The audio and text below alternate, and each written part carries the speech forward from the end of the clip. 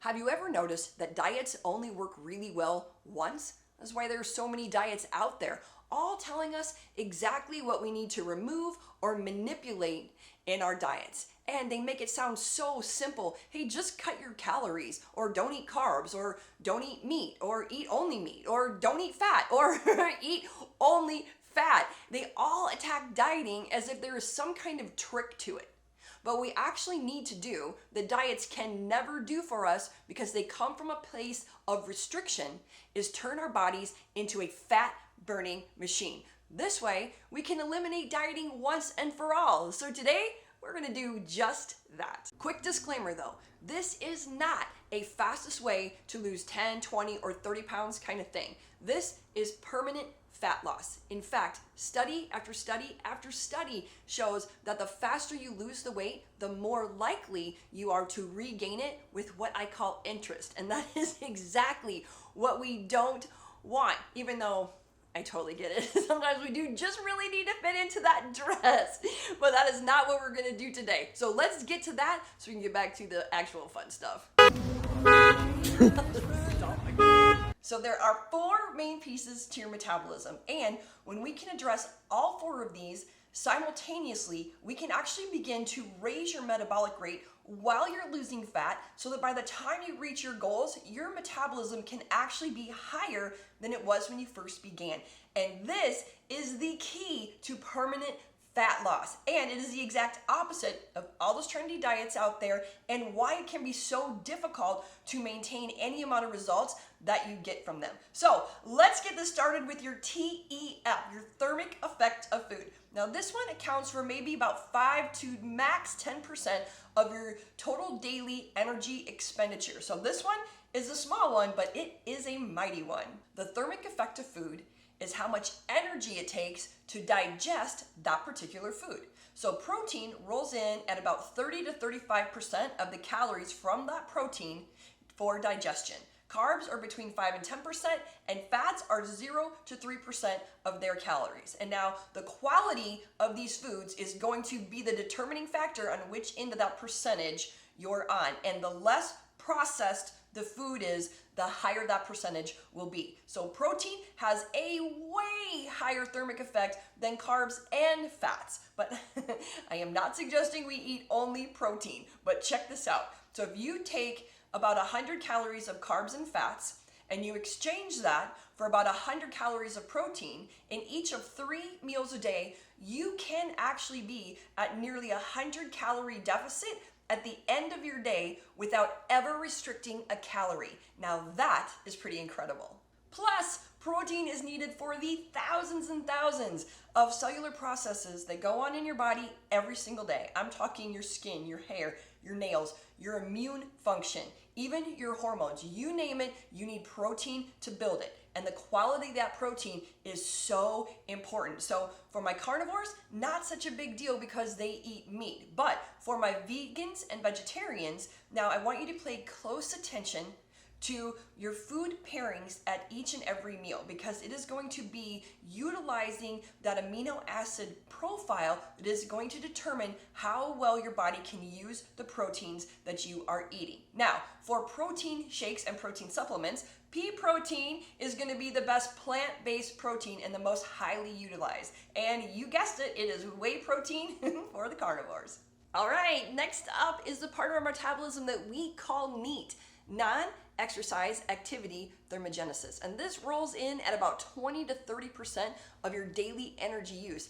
That's pretty big. And I chose this as second because your diet can have a major impact on it. You see, when we consume too few calories, our body compensates by trying to conserve them, by lowering our energy levels. So actually we go through our whole day burning less calories without even realizing it. Your NEAT calories are your movement calories, the stuff that you do every single day that is not exercise. So get those steps in. And if this is something that isn't currently on your radar, just start with the goal of like 5,000 steps. You can easily move up to 10,000 or more steps every day. I love to walk. It is the first thing I do every single day. But Everything counts. You don't have to be walking. So take the stairs, take the far away parking space, stand up more. And you know what? Never stop fidgeting. That can burn up to 350 calories a day. And if you're bored, clean something or organize something instead of watching TV, and take a break from social media.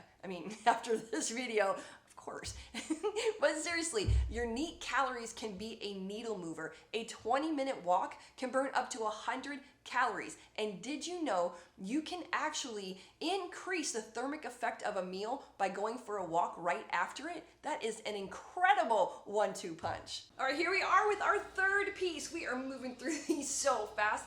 This one is called TEE, our thermic effect of exercise. So obviously this is the amount of energy that we use with intentional exercise. Now this is going to surprise you because it is only 12% of your daily calorie use. I know, we think we are killing it with our workouts, but no matter how hard or how long we work out, it doesn't seem to budge the scale.